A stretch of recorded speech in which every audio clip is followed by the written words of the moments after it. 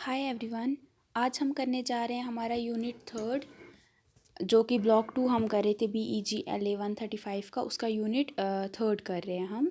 तो जिसका नाम है मनी मैटर्स। इसमें हम देखेंगे पैसे के रिलेटेड जो भी चीज़ें हैं, हम क्या कर सकते हैं, हम कैसे अपने पैसे को बढ़ा सकते हैं, वो सारा हम सीखेंगे। इसमें देखेंगे LIC क्या होता है, वैसे वो सारा क्या होता है उस टाइप का, और म्यूचुअल फंड्स वगैरह क्या होते हैं वो सब हम इसमें सीखेंगे। तो सबसे पहले इसमें वो ये स्ट्रक्चर में ऑब्जेक्टिव्स, फिर वार्म अप है, और फिर मैनेजिंग मनी के ऊपर एक कंप्रहेंशन दे के है, फिर दूसरा एक और कंप्रहेंशन दिया है जो कि है इंश्योर एंड बी सिक्योर। उसके बाद वोकेबलरी हम थोड़ी सी सीखेंगे, और फिर ग्रामर में हम देखेंगे कंडीशनल क्लॉज टाइप 1 और 2 क्या होता है, और उसके बाद थोड़ी प्रोनाउंसिएशंस देखेंगे। और फिर हम देखेंगे कि एप्लीकेशन हम कैसे, जो बैंक में होती है एप्लीकेशन हमें दी जाती है, वो हम कैसे फिल कर सकते हैं।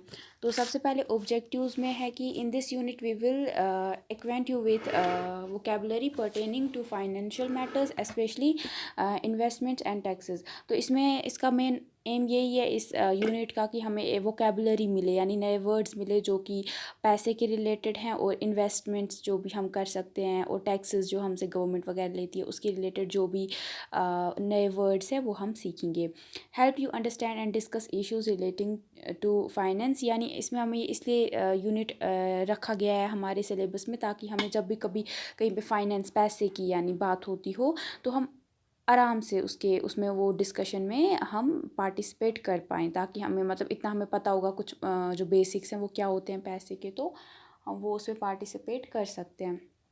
उसके बाद है enable comprehension of share bulletins, brochures on bonds, equities, insurance schemes.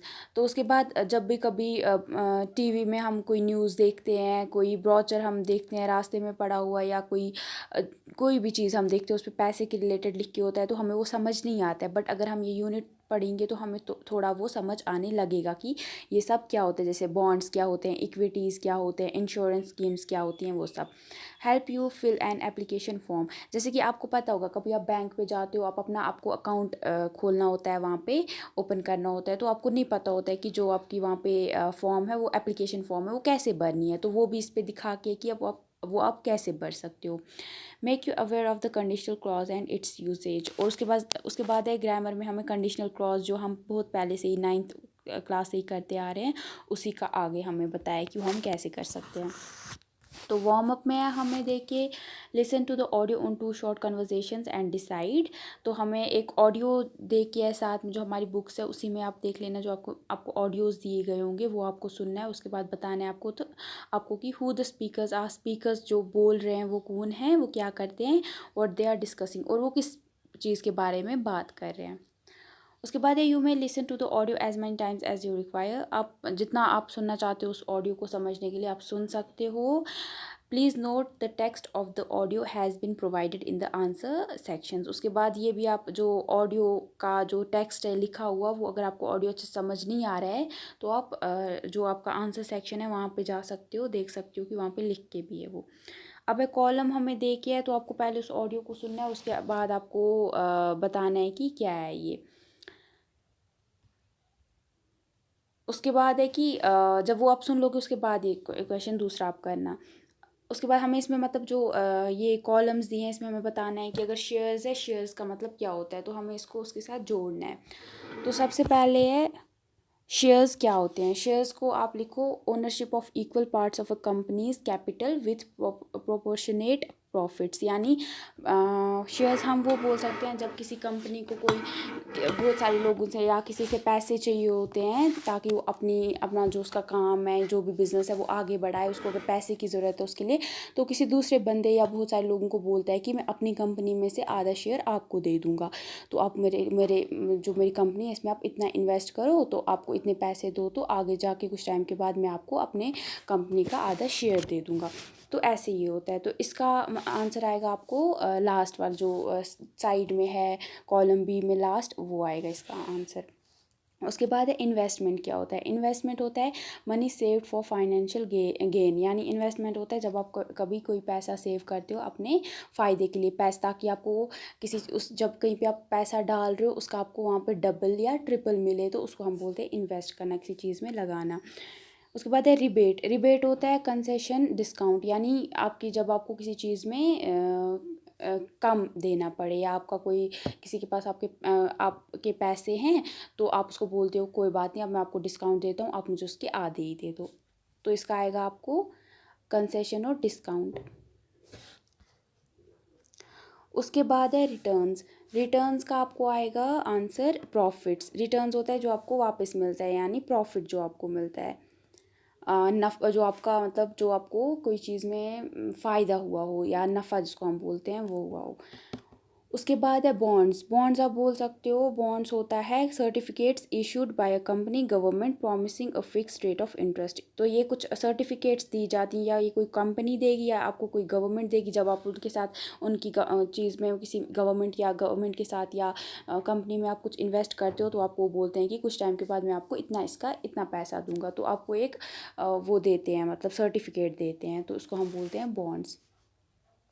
उसके बाद है लास्ट वाला प्रीमियम। प्रीमियम का आंसर आपको आएगा amount paid eight fix intervals by the investor policy holder. तो ये कुछ प्रीमियम हम बोलते हैं जब आपको कोई ये दे देगा, मतलब कुछ टाइम के बाद आपको कुछ अमाउंट रखी होती है पहले से ही फिक्स करके, तो आपको जो भी आपका इन्वेस्टर है वो आप उसको दे देते हो, जो जिसने भी आपकी कंपनी में इन्वेस्ट किया होता है, जिस इंसान ने डाला होता है पैसा, तो आप उसको वो वापस जब देते हो कुछ टाइम के बाद, उसको बोलते हैं हम प्रीमियम। होता है मेन हमारा टॉपिक स्टार्ट। तो रीडिंग कम्प्रहेंशन में हमें मैनेजिंग मनी, हम पैसे को कैसे मैनेज करते हैं या कर सकते हैं। Saving for a rainy day is an old age concept, यानी जो हम पुराने टाइम से या अभी भी आता है कि चला आ रहा है कि हमारे पेरेंट्स हमें बोलते हैं कि ऐसे पैसे को ज़ाया मत किया करो, पैसे को संभाल के रखा करो, कभी आपको जब ज़रूरत पड़ेगी, ज़रूरत के काम पे आप ज़रूरत के काम पे आप उस पैसे को यूज़ कर सकते हो, तो आप पैसे को ऐसे ही ज़ाया मत करो, वेस्ट मत करो। तो ये बहुत पुराना कॉन्सेप्ट है और अभी भी चला आ रहा है। People who put aside a little cash regularly to tide themselves through tough times specially in old age are consider to be wise and foresighted. वो लोग जो बहुत टाइम से अपना मतलब धीरे धीरे पैसे जमा करते आ रहे हैं, मतलब आते हैं, या ताकि वो अपने आगे बुढ़ापे में जाके वो पैसा अपने यूज़ में मतलब इस्तेमाल कर सके, जब उसको उस पैसे की उनको ज़रूरत पड़ेगी तो वो उसका इस्तेमाल कर सके, उनको बहुत समझदार उन लोगों को माना जाता है और आगे का सोचने वाला माना जाता है। Now a days the idea of saving has change vastly. तो अब क्या हो गया, जो आइडिया है सेव करने का पैसे, वो बदल चुका है। It is no longer a simple matter of stashing away gold और buying a piece of land. तो अभी ऐसा नहीं है रहा है कि हम ये करेंगे, सोना ले लेते हैं, या हम उसका पैसे का कोई ज़मीन ख़रीद लेते हैं, अब ऐसा नहीं रहा है उसका। There are professional fund managers, experts with a specialized knowledge of investment options and financial markets who offer their services and invest your money in keeping with your needs and risk taking ability। तो अब क्या हो गया, अब मतलब professionals आ गए, मतलब ऐसे इसी में जो मतलब पैसे के साथ काम करते हैं, पैसे के रिलेटेड काम करते हैं, ऐसे मैनेजर्स आ गए हैं जिनको हम फंड मैनेजर्स बोलते हैं, जो कि इस पैसे उनको कैसे संभालना है, पैसे को पैसे के साथ क्या करना है, कहाँ पे लगाना है, इन सब को इन सब में वो एक्सपर्ट्स होते हैं, उनको पता होता है, उनको नॉलेज होती है इन्वेस्टमेंट की कि वो कैसे ऑप्शंस, क्या क्या ऑप्शंस है मार्केट में जिसमें वो पैसा डालेंगे, फिर वो आपका पैसा लेते हैं और फिर उसमें डालते हैं, जब उसमें आपको फ़ायदा मतलब उसमें आपको प्रॉफिट मिलता है तो वो आपको दे दिया जाता है। तो ऐसा हो गया। अब let us read the following passage to get an idea about mutual funds. तो इसीलिए हम अब देखेंगे कि म्यूचुअल फंड्स क्या होता है। Mutual funds the power of money, यानी पैसे की ताकत। A mutual fund is a corpus or a collection of funds received from various investors with the objective of investing in a certain category of financial institutions. तो ये क्या होता है, mutual fund होता है जब आपसे कोई कंपनी या कोई आपसे पैसे ले, मतलब समझो कंपनी जो बहुत सारे लोगों से पैसे लेती है और क्या करती है, किसी एक कैटेगरी में मतलब पैसे के लिए किसी दूसरी कहीं पे पैसा डालती है, तो उसको हम बोलते हैं म्यूचुअल फंड। तो यानी वो आप बहुत सारे लोगों से पैसा जमा करेगी, पैसा लेगी और फिर कहीं पे डाल देगी, तो अगर उसको उसमें फिर फ़ायदा मिलता है, फिर वो जो भी उसके पास फ़ायदा आएगा उसमें से वो आपको आधा आधा मतलब कुछ परसेंट आपको देगी उसमें से। The returns are pay to the investors in the same ratio as the original investment. इसमें क्या होता है, जितना आपने उनको दिया होता है उसी के अराउंड आपको वापस फिर मिल जाता है। For example, you are a group of 5 friends who have saved ₹1000 each. तो इधर एग्जाम्पल लिख दी है कि समझो आप 5 दोस्त हो, ग्रुप के, तो आपने एक किसी में आपने 500 आपने क्या किया है, मतलब एक हज़ार 500 ने जमा किया है और किसी मैनेजर को दिया है इन्वेस्ट करने के लिए, ठीक है। You give the total 5,000 to a fund manager who invest this corpus in a low risk scheme with 10% return which then gives you a total ₹5,500। तो जब आप उनको ये पैसे देते हो मैनेजर को, वो किसी कंपनी में वो डालते हैं, कंपनी वालों को देते हैं। तो आपको ये भी बोला गया है कि इसमें आपको बहुत लो रिस्क है, अगर आप ये पैसा देते हो तो आपको इसमें ज़्यादा नुकसान नहीं होगा। तो आपको जब ये आपको पैसा वापस मिलेगा उसके साथ हम आपको 10% और देंगे। तो जिसका मतलब है जब वो आपको पैसा वापस मिलेगा तो आपको कितना मिलेगा, 5,500, यानी आपको 500 का फ़ायदा हो जाएगा। This is share equally among your group, so each gets ₹1,100। तो फिर आप जब आप इक्वली सारे ग्रुप में पैसे बांटोगे तो कितना हो जाएगा, वो 1100 हर एक फ्रेंड को मिल जाएगा। The advantage of this is that you can invest even small amounts and share in the performance of various companies, since the mutual fund will have many investors and can buy more shares with its large corps of money। तो इसमें ये बोलता है कि आपका मतलब बहुत फ़ायदा भी है इसमें, क्योंकि आप इसमें कम अमाउंट, आपको एक साथ बहुत सारा अमाउंट नहीं, बहुत सारे पैसे नहीं देने पड़ते हैं और बाद में आपको इसमें कुछ फ़ायदा भी मिल जाता है। तो और कंपनी को भी कोई ज़्यादा इससे फ़र्क नहीं पड़ेगा, क्योंकि उसको बहुत सारे जो इन्वेस्टर्स होते हैं, पैसे उसमें बहुत सारे लोग डालते हैं। You will get a share in profit in proportion to the amount you have invested, और जो भी आप उसमें पैसा देते हो उसका आपको थोड़ा, उसमें 10% आपको ज़्यादा ही मिल जाता है। Another benefit is that professional companies will manage your money for you and invest it in high growth companies. और उसके बाद दूसरा फ़ायदा ये भी है इसका कि जो प्रोफेशनल कंपनीज़ है, जो बड़ी बड़ी कंपनीज़ है, वो आपका जब आप उनको अपना पैसा देते हो वो फिर मैनेज करते हैं इसको, और वो समझदारी से, वो नहीं ऐसे ही कहीं पे भी पैसे लगाते हैं, क्योंकि उनको पता है उनको बाद में एंड पे आपको वापस देना है, तो उसको उनको अच्छे से संभालना है, वरना उनका घाटा हो जाएगा।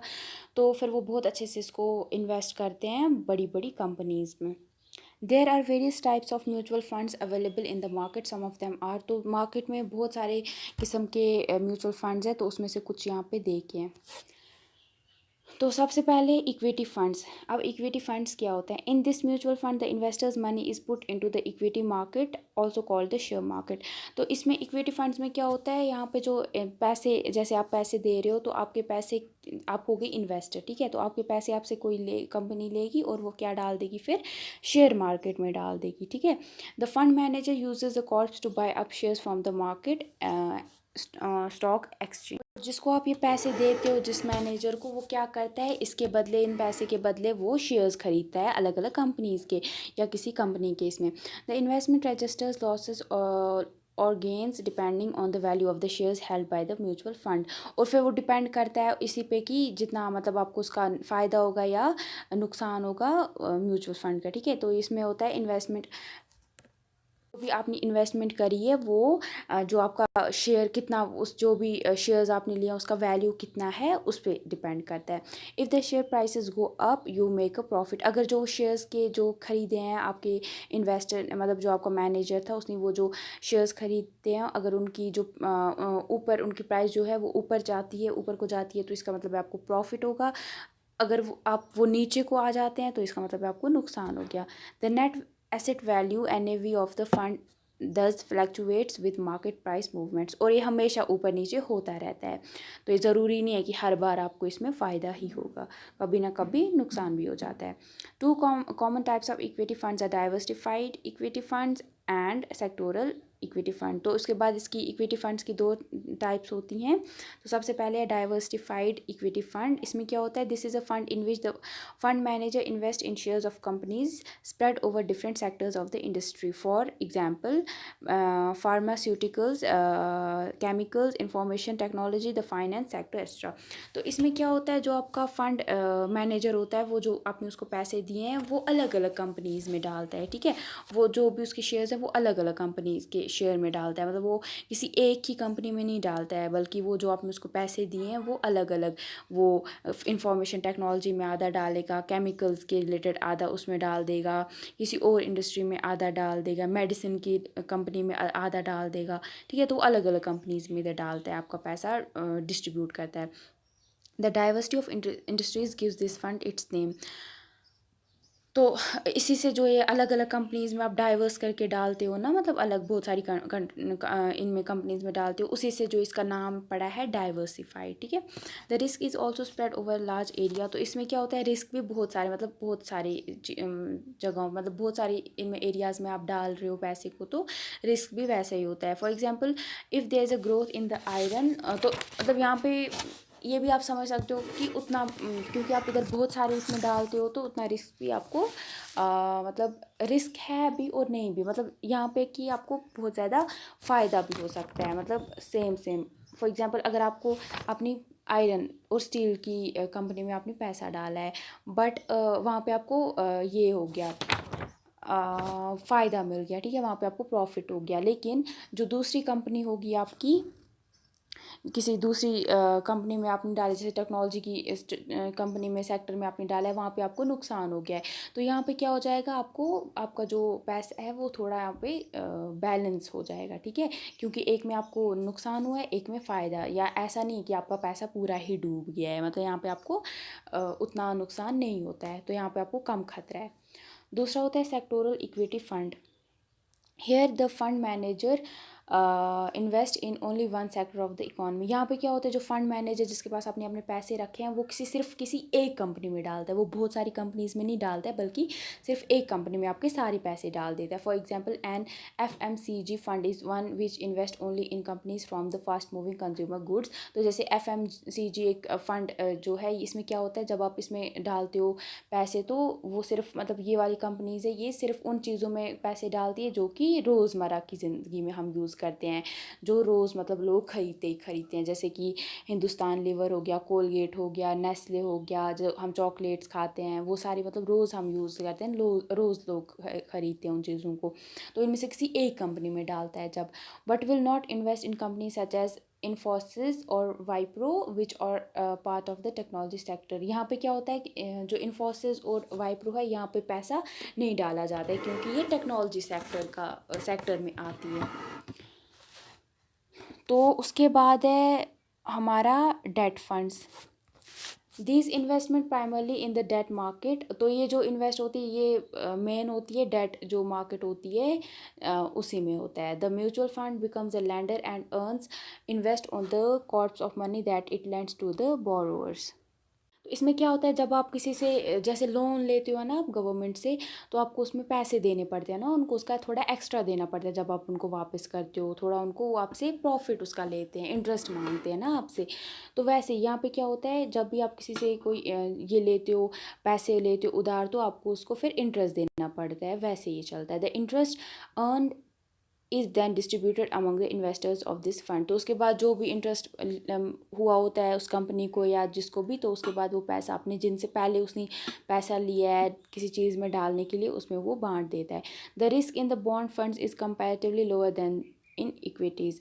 यहाँ पे जो क्या होता है, जो बॉन्ड होते हैं, यहाँ पे बॉन्ड्स होते हैं, उसमें कम नुकसान होता है एज़ कम्पेयर टू जो इक्विटीज़ होती है। Some common types of debt funds are. तो यहाँ पे कुछ कॉमन जो है वो है bond, gilt funds and liquid funds. तो अब गिल्ट फंड्स क्या होती हैं, this is a debt fund which invest in the government securities market. Gilts is a term used for bonds and issued by government to borrow money from the public. तो जो guilt funds होती हैं, ये होती है जब government लोगों से पैसे लेती है, ठीक है, मतलब वो उधार लेती है लोगों से पैसे और बोलती है कि जब जैसे कि उसको कोई जगह कहीं पे स्कूल बनाना है, तो उसको फिर वो बोलती है, मतलब उस नोटिस निकालती है कि मुझे इस यहाँ पे 2 साल के लिए पैसे चाहिए और 2 साल के बाद में तुम लोगों को इतने पैसे, फिर गवर्नमेंट बोलती है कि मैं वापस कर दूँगी। तो वैसे होता है वो, जब अपने पब्लिक से कुछ अपना काम करने के लिए पैसे लेती है, उसके बाद कुछ टाइम के बाद उनको वापस कर देती है वो पैसे। तो यहाँ पे क्या होता है, एक ये होता है पेपर होता है, पेपर पे दोनों जो पार्टीज़ है वो साइन करती हैं, तो फिर वो डील पक्की हो जाती है, इसको हम बोलते हैं बॉन्ड। उसके बाद है हमारी liquid funds. Here the investment is for a very short term period. यहाँ पे क्या होता है, बहुत ही कम पीरियड के लिए जो इन्वेस्टमेंट होती है, पैसे डाले होते हैं, डाल जाते हैं। For example the overnight debt market also known as the call money market or market money market. तो जैसे कि सिर्फ एक रात के लिए जो पैसा डालते हैं, तो इसको हम बोलते हैं ओवरनाइट डेट मार्केट, या कॉल मनी भी इसको बोलते हैं, या मनी मार्केट बोलते हैं। यहाँ पे क्या होता है, एक रात शाम को अपने पैसे डालें, दूसरी शाम को आपको दूसरे दिन आपको पैसे वापस मिल जाते हैं। Where the money can be called back by the lender to the next day. यहाँ पे क्या होता है, दूसरे दिन जो जिसे पैसे डाले हैं वो पैसे वापस भी ले सकता है। This fund is meant for investors who are keen to invest for short period of time with least risk. तो जो ये वाली फ़ंड है ये उन लोगों के लिए बनाई गई है जो कि कुछ कम टाइम के लिए इन्वेस्ट करना चाहते हैं और कम खतरे में भी रहना चाहते हैं। उसके बाद है all mutual funds carry some risk after all they are investing in the volatile share market. तो उसके बाद बोलते हैं कि जितने भी ये म्यूचुअल फंड्स हैं इनमें लगभग सब में ही कोई ना कोई खतरा है, क्योंकि मतलब शेयर मार्केट मतलब बहुत बोलते हैं ना, आपको भी बोला जाता है कि ऐसे नहीं कर सकते हो आप, पहले आपको इसकी नॉलेज होनी चाहिए उसके बाद ही आप, क्योंकि इसमें आप अगर एक बार ही गलती कर दी तो आपके सारे पैसे डूब जाएंगे। तो उस टाइप का ये, if the value of the shares fall chances are that the value of mutual fund will also fall. तो अगर आपका जो शेयर्स का जो कंपनी शेयर्स खरीदे हैं उसका अगर वैल्यू गिर जाता है, इसका मतलब है कि आपके जो पैसे हैं उसका भी वैल्यू गिर जाएगा, resulting in the drop in your return. और उसके बाद क्या हो जाएगा, आपको बहुत कम पैसा वापस मिलेगा या कभी मिलेगा भी नहीं। Equity funds are more risky than debt funds. जो इक्विटी फंड्स होते हैं वो बहुत ज़्यादा रिस्की होते हैं as compare to debt funds. तो डेट फंड्स में उतना आपको नुकसान नहीं होता है, but they can offer high returns. लेकिन जो इक्विटी फंड्स है अगर उसमें फ़ायदा हो गया तो आपको फिर वापस बहुत सारा पैसा भी मिल सकता है, अगर नुकसान हुआ तो वो सारा पैसा डूब भी सकता है। So it is wise to consult an investment advisor mutual fund broker who is registered with the AMFI association of mutual funds of India. तो इसीलिए अगर आपको कभी भी कोई पैसा अपना इन्वेस्ट करना है तो आपको ऐसे नहीं कि खुद ही जाओगे और कर दोगे, बल्कि आपको कोई ऐसा जो भी फ़ंड ब्रोकर होगा या कोई एडवाइज़र होगा इन्वेस्टमेंट का या म्यूचुअल एडवाइज़र जो भी होगा, जो कि लेकिन लिंक किसके साथ होगा, म्यूचुअल फंड्स ऑफ इंडिया के साथ, association of mutual funds of India के साथ अगर उसकी ये होगी तो एसोसिएटेड होगा वो, तब भी आप उससे क्या कर सकते हो, हेल्प ले सकते हो और कंसल्ट कर सकते हो, उससे बात करके आप पैसा अपना इन्वेस्ट कर सकते हो। Tell him how much you can invest. फिर आपको उसको बताना है कि आप कितना इन्वेस्ट कर सकते हो, the time period you wish to invest for, और कितने टाइम के लिए आप इन्वेस्ट करना चाहते हो, the corporate areas you are interested in, और किन किन एरियाज़ में आप इन्वेस्ट करना चाहते हो, and the level of risk you are willing to take, और कितना रिस्क आप ले सकते हो।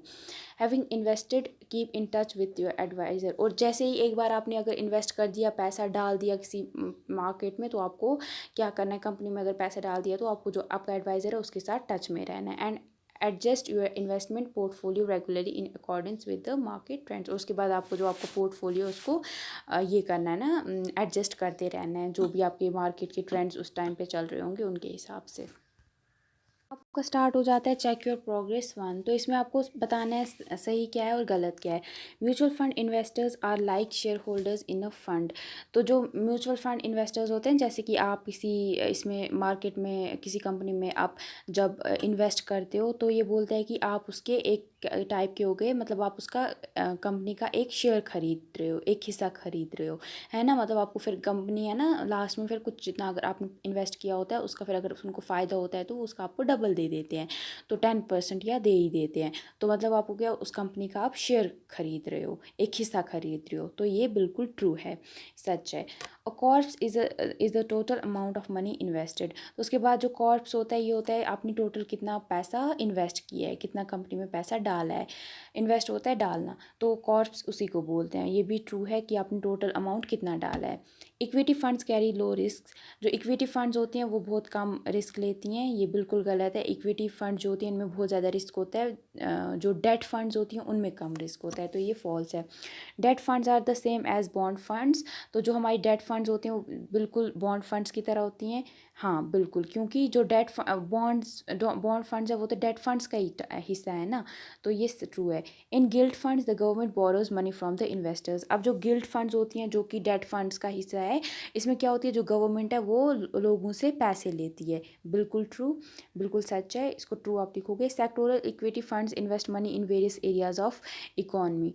तो जो सेक्टोरल ये होती हैं इक्विटी फंड्स होती हैं, ये बहुत सारी कंपनीज़ में, बहुत सारी एरियाज़ में कंपनी के अलग अलग कंपनीज़ में पैसा डालती हैं। ये गलत है, क्योंकि सेक्टोरल किसी एक में डालती है, जो डाइवर्सिफाइड होती हैं वो बहुत सारे में डालती हैं, तो ये फॉल्स है। उसके बाद है फिर दूसरा हमारा सवाल, चूज़ द राइट आंसर। इधर हमें सही आंसर चूज़ करना है। Among mutual funds the highest risk is in. जितने भी म्यूचुअल फंड्स हैं उनमें सबसे ज़्यादा रिस्क कहाँ पे है, तो यहाँ पे ए भी नहीं है, बी भी नहीं है, सी हो सकता है और डी नहीं है, तो सी है यहाँ पे आंसर। सेक्टोरल इक्विटी फंड्स में सबसे ज़्यादा ये होता है, खतरा होता है। Short term investors could choose, जो मतलब कम टाइम के लिए इन्वेस्ट करना चाहते हैं, पैसा किसी कंपनी में डालना चाहते हैं, तो वो कौन सी चूज़ कर सकते हैं फ़ंड? या तो इक्विटी करेंगे, ये गलत है, नहीं कर सकते। बॉन्ड्स भी नहीं कर सकते, गिल्ट भी नहीं कर सकते। उनके पास एक ऑप्शन है, वो लिक्विड फंड्स यूज़ कर सकते हैं, जो हमारी डेट फंड्स की टाइप है। The advantage of mutual funds is that, जो म्यूचुअल फंड्स होते हैं उनका क्या फ़ायदा है? सबसे पहले यहाँ पे मनी जो आपका सेफ़ होता है, नहीं, यहाँ पे आपका मनी सेफ़ नहीं हो सकता है, क्योंकि अगर आपको नुकसान हो गया तो पता है ये सारा पैसा डूब जाएगा। या रिटर्न्स आर गारंटीड, जो भी आपको पैसे एक बार बोला है कि वापस देंगे तो वो वापस मिलते हैं, नहीं, क्योंकि अगर आपकी जो कंपनी जहाँ जिसमें आपने इन्वेस्ट किया, अगर वो उसका नुकसान होता है, वो आपको वापस बराबर पैसे कहाँ से देगी? नहीं दे सकती ना, क्योंकि उसने बहुत सारे लोगों से ख़रीदा होता है, तो आपके हो सकता है आपके पैसे सारे ही डूब जाएँ। तो यहाँ पे सी ऑप्शन आपका रहेगा, percentage of shares can be owned. जितने परसेंटेज, जैसे 10% हो गया या 15% हो गया, उतना आप एक कंपनी का ख़रीद सकते हो इन्वेस्टमेंट से। तो ये आपको इसमें म्यूचुअल फंड्स में फ़ायदा है कि आप जो कंपनी है उसका शेयर ख़रीद सकते हो, एक हिस्सा ख़रीद सकते हो। उसके बाद इन्होंने आपको एक सवाल पूछा है कि what is meant by the term call money market. तो इसमें आप लिख सकते हो कि this is the money market in which investments are made for a very short term where the money lent can be called back from the borrower the next day. तो इधर क्या होता है, बहुत ही कम टाइम के लिए पैसा जो होता है वो इन्वेस्ट किया जाता है, और जिसने पैसा इन्वेस्ट किया है किसी कंपनी में, वो दूसरे ही दिन अपने पैसे को वापस भी मांग सकता है। आप इसको ये लिख सकते हो। उसके बाद आपको एक डायग्राम दी गई है, इसको आपको ट्री बनाना है इसका, ठीक है। जैसे म्यूचुअल फंड्स में क्या आता है आपका, इसमें इन्होंने पहले दिया है डेट फंड्स, और दूसरा इसमें आएगा आपका इक्विटी फंड्स। फिर जो डेट फंड्स है उसके अंदर क्या आता है, बॉन्ड, उसकी एक किस्म बॉन्ड है, दूसरी किस्म गिल्ट फंड्स है, और तीसरी जो उसकी किस्म है वो है लिक्विड फंड्स। और जो हमारी इक्विटी फंड्स है उसकी दो टाइप्स होती हैं, एक होती है डाइवर्सिफाइड इक्विटी फंड, दूसरी होती है सेक्टोरल इक्विटी फंड्स। उसके बाद चेक योर प्रोग्रेस 2 में है कि given below are some newspaper headlines. यहाँ पे कुछ न्यूज़पेपर से हेडलाइंस ली गई हैं। Put them into two groups for investors. तो आपको इसमें दो ग्रुप्स में इसको डालना है इन्वेस्टर्स के लिए। पहला ग्रुप जो है वो गुड न्यूज़ का है, दूसरा ग्रुप जो है वो बैड न्यूज़ का है। तो गुड न्यूज़ में सबसे पहले आपका आ जाएगा मेजर शेयर्स रॉकेट। तो मेजर शेयर्स रॉकेट सबसे पहले आपका आएगा, तो वो फ़ायदे मतलब अच्छी न्यूज़ है। दूसरा आएगा आपका इसमें टेलिको एडवांसेस, वो भी एक गुड न्यूज़ है। फिर आएगा आपका सेंसेक्स शूट्स अप, ये भी एक गुड न्यूज़ है। उसके बाद है मार्केट टर्न्स बलिश, तो ये भी एक गुड न्यूज़ है, ठीक है। ये जो है ये आपकी चार जो है गुड न्यूज़ है। बाकी जितनी भी है वो फिर बैड न्यूज़ में आ जाएगी, जैसे कि शेयर प्राइसेस टम्बल, फिर है सेंसेक्स ड्रॉप्स, फिर बेयरिश आउटलुक फॉर वाइप्रो, फिर है आईसीटी प्लंजेस या प्लंगर्स। उसके बाद स्लम्प इन मेजर होल्डिंग्स, ये सारी बैड न्यूज़ है।